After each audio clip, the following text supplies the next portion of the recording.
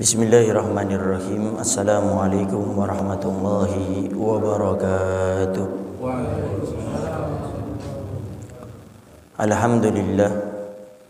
Alhamdulillahi rabbil alamin. Wassalatu wassalamu ala asyrafil anbiya'i wa mursalin sayyidina wa habibina wa syafi'ina wa qurrati a'yunina wa nuri qulubina Muhammad habibi rabbil alamin wa ala alihi wa sahbihi ajma'in.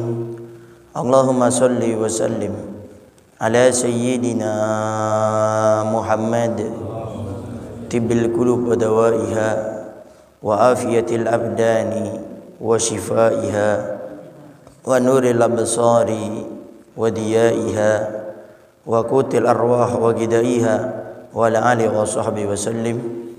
Allahumma ja'al sarirati khairan min al-niyati wa jalalani salihah, amma ba'du. Al-mukarram wal-muhtaram yang sama-sama kita muliakan dan kita hormati selalu, para alim, para ulama, para asatidah, penyambung lisan sekaligus penerus perjuangan Nabi kita Muhammad sallallahu alaihi wa ala alihi wa sahbihi wasallam, yang kita doakan selalu mudah-mudahan para ustadz, para kiai, para ulama, para habaib kita diberikan panjang umur oleh Allah dalam keadaan sehat wal afiyah. Allah Subhanahu wa taala berikan kemudahan kepada beliau baik itu urusan dunia maupun urusan akhiratnya. Allah Subhanahu wa taala jauhkan beliau-beliau semuanya daripada fitnah yang terjadi di akhir zaman ini insyaallah. Amin. Amin ya rabbal alamin. Dan juga tidak mengurangi rasa hormat kami kepada segenap para sepuh, para tokoh masyarakat, para ustadz, dan juga segenap para orang tua kami, para bapak dan ibu-ibu, para hadirin wal hadirat yang dimuliakan oleh Allah Subhanahu wa taala.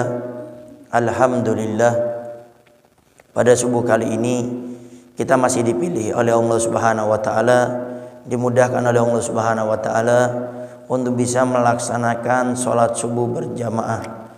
Maka selalulah bersyukur kepada Allah Subhanahu wa taala tatkala Allah berikan kita kemudahan untuk taat kepadanya dan kemudahan untuk meninggalkan segala sesuatu yang dilarang oleh Allah Subhanahu wa taala. Karena kita selama ini melaksanakan kewajiban kita kepada Allah, selama ini kita berusaha semaksimal mungkin meninggalkan segala sesuatu yang dilarang oleh Allah Subhanahu wa taala. Untuk apa? Untuk mencari surganya Allah, agar tidak dimasukkan ke neraka oleh Allah, mencari ridhonya Allah. Maka hakikatnya tatkala Allah berikan kita kemudahan taat kepadanya, khususnya pada sholat subuh pada kali ini berjamaah, ini hakikatnya adalah nikmat yang besar. Karena yang kita cari surga dan yang kita takuti neraka itu, ternyata dengan kita diberi kemudahan oleh Allah untuk taat kepadanya dan meninggalkan segala sesuatu yang dilarang olehnya, maka hakikatnya kita akan mendapatkan nikmat yang paling besar. Maka bersyukur kepada Allah Subhanahu wa taala. Dengan syukur ini mudah-mudahan Allah berikan kita kemudahan untuk bisa melaksanakan salat duhur berjamaah, asar berjamaah, maghrib berjamaah, isya berjamaah, sehingga mudah-mudahan itu semua akan mengantarkan kita kelak menjadikan kita orang-orang yang meninggal dalam keadaan husnul khatimah insyaallah. Amin ya rabbal alamin. Para hadirin wal hadirat yang dimuliakan oleh Allah Subhanahu wa taala, keutamaan orang bersyukur itu sangat luar biasa. Karena syukur ini dalam hidup kita kunci. Kalau kita pengen hidup selalu nikmat, bahagia, tenang, kuncinya hendaknya kita selalu bersyukur. Apapun yang telah Allah berikan kepada kita, syukuri, maka hidup akan tenang. Tetapi tatkala apa yang diberi oleh Allah Subhanahu wa taala tidak kita syukuri, maka akan selalu kurang. Walaupun kita orang kaya, punya rumah mewah, mobil banyak, tanah berhektar-hektar, tetapi kita tidak memiliki sifat syukur, akan selalu merasa kurang. Akan selalu ingin memiliki tambahan demi tambahan. Yang tambahan ini kalau tidak dibarengi dengan rasa syukur, takutnya malah kita lupa dan lalai kepada Allah Subhanahu wa taala. Sehingga keutamaan orang yang bersyukur kepada Allah Subhanahu wa taala langsung Allah firmankan dalam Al-Qur'an, la in syakartum la azidannakum. Kalau kalian bersyukur kata Allah, Allah janjikan la azidannakum, pakai lam taukid, sungguh aku Allah akan memberikan tambahan kepada mereka. Di dalam kitab Jawahirul Lu'iyah, syarah kitab hadis Arba'in An-Nawawiyah, di sana dikatakan orang bersyukur itu bukan cuma ditambah, tapi dijaga nikmat tersebut oleh Allah Subhanahu wa taala. Artinya saat ini kita bersyukur kepada Allah, dimudahkan kita bisa sholat subuh berjamaah. Di samping antara Allah akan tambah dengan nikmat yang lainnya, nikmat subuh ini akan selalu dijaga oleh Allah Subhanahu wa taala. Makanya kalau kita ingin dapat nikmat selalu dijaga oleh Allah, dikekalkan nikmat tersebut, syukuri. Maka dengan syukur itu bukan cuma ditambah, dijaga oleh Allah Subhanahu wa taala atas apa yang kita syukuri pada saat ini. Sehingga hendaknya pada saat ini ayo selalulah kita bersyukur kepada Allah, karena dengan syukur itu di samping dijaga, Allah juga akan beri tambahan kepada kita. Dan kalau kita diberi oleh Allah ilmu agama, mondok di pesantren, kemudian kita mengajar dengan ikhlas, menyebarkan dengan ikhlas, tidak ada embel-embelnya, harus dibayar, harus ini, harus itu, maka hakikat dengan ilmu itu Allah akan jaga, diberi tambahan nikmat oleh Allah Subhanahu wa taala dengan kita merasa bahagia, senang dengan ilmu tersebut. Untuk apa kita punya ilmu tetapi kita tidak senang dengan ilmu tersebut? Allah akan jaga ilmu yang Allah berikan kepada kita dan akan diberikan nikmatan sendiri. Sehingga waktu belajar kita merasa nikmat, mengajar kita merasa nikmat, berdakwah merasa nikmat, karena kita bersyukur kepada Allah Subhanahu wa taala. Diberi jabatan pangkat, kita bersyukur kepada Allah, dijaga itu nikmat pangkat oleh Allah. Dan kita akan merasa nikmat untuk berbuat baik dengan jabatan kita, akan perhatian, tidak berbuat zalim, akan saling membantu. Begitu juga diberi nikmat harta oleh Allah Subhanahu wa taala, kita bersyukur, dijaga itu nikmat harta oleh Allah. Kemudian kita pun akan merasa nyaman, bersedekah, bantu orang, nolong sesama kita, akan merasa nikmat. Ada orang kalau bantu orang tuh pikirannya, aduh besok siapa lagi nih yang akan saya kasih lagi nih, siapa lagi yang akan minta uang saya ini, berat. Tapi orang yang bersyukur kepada Allah, dia dibuat senang dengan berbagi, dibuat nikmat dengan dia membantu orang lain. Inilah yang kita harapkan dengan kita bersyukur kepada Allah Subhanahu wa taala. Sehingga syukuri selalu atas apa yang telah Allah berikan kepada kita. Sampai ulama kita itu mengatakan, kalau kita tidak bisa bersyukur dengan sesuatu yang kecil, yang sedikit, maka jangan harap kita bisa bersyukur dengan sesuatu yang banyak, dengan sesuatu yang besar. Sekarang kita ini diberi nikmat apapun oleh Allah Subhanahu wa taala, syukuri. Walaupun kita cuma diberi tanah sepetak, kemudian sebidang tanah kita cuma nanam mungkin sayur-sayuran, mungkin juga kita diberi kesehatan oleh Allah apa adanya. Bersyukur dengan yang sedikit, maka kita bisa bersyukur dengan yang besar. Kita bisa bersyukur dengan sesuatu yang kecil, kita bisa bersyukur dengan sesuatu yang banyak. Biasakan kita hidup ini dengan syukur, akan nikmat hidup tersebut. Dan ingat, orang yang bersyukur akan selalu diberi oleh Allah tambahan nikmatnya. Jangan khawatir. Allah kalau sudah janji ini nggak pernah ingkar. Cuma kadar keyakinan kita dengan Allah ini yang selalu berkurang. Berbagi dengan sesama, uang saya kurang lagi nih, saya membantu ini, saya membantu itu. Ada orang kalau membantu itu selalu hitung-hitungan. Ada orang ini kalau sudah diminta oleh orang, dia akan selalu tutup pintu rumahnya. Kalau ada yang datang orang yang biasa minta tolong, dia tidak akan buka lagi, karena orang itu tidak pernah bisa bersyukur. Dan dia lupa bahwa orang bersyukur ditambah oleh Allah nikmatnya. Oleh karenanya di zaman Nabi kita Muhammad SAW, itu Nabi itu di dalam hadis diterangkan, di dalam beberapa kitab maulid juga diterangkan, kalau ada orang datang kepada Nabi Muhammad SAW dengan hajatnya, itu orang pulang tidak pernah hampa, pasti dikabulkan. Minta apa diberi oleh Nabi Muhammad SAW. Walaupun Nabi kita Muhammad SAW terkenal dalam beberapa cerita dan hadis riwayat miskin sekali. Sampai suatu saat Nabi didatangi oleh seorang sahabatnya, wahai Rasulullah, saya sudah 3 hari 3 malam belum makan.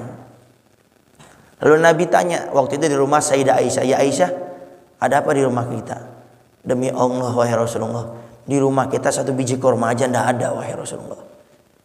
Lalu Nabi bingung, dikasih apa ini? Tolek kanan, tolek kiri, akhirnya Nabi melihat ada baju gamisnya Nabi. Lalu diambil sama Nabi gamisnya Nabi, diberikan, wahai sahabatku, aku tidak punya apa-apa. Jangankan gandum, kurma saja saya tidak punya. Ini saya punya gamis, kamu datang ke pasar, kamu jual, uangnya kamu pakai untuk makan. Lalu sahabat ini menerima dengan senang bangganya datang ke pasar. Siapa yang pengen beli bajunya Nabi Muhammad SAW, paling pengen beli gamisnya Nabi. Sahabat berebut gamisnya Rasulullah. Tiba-tiba seorang kaya saudagar di zaman tersebut, tapi dia buta, semenjak lahir buta. Dia lewat dengan budaknya. Kemudian ini saudagar kaya buta ini mendengar bajunya Nabi, gamisnya Nabi dijual. Lalu dia berkata sama si budak ini, wahai budakku, beli gamisnya Nabi, berapapun harganya kamu harus menang, beli. Akhirnya subhanallah qadarullah, budak ini pulang membawa gamisnya Nabi. Wahai majikanku, ini gamisnya Nabi Muhammad SAW. Senang. Saking senangnya ini majikan ini tuan, dicium-cium gamisnya Nabi, ditempelkan ke wajahnya, ditempelkan ke matanya. Subhanallah, dengan mukjizatnya bajunya Nabi Muhammad SAW, ini saudagar kaya yang buta semenjak kecil langsung bisa melihat seketika itu juga.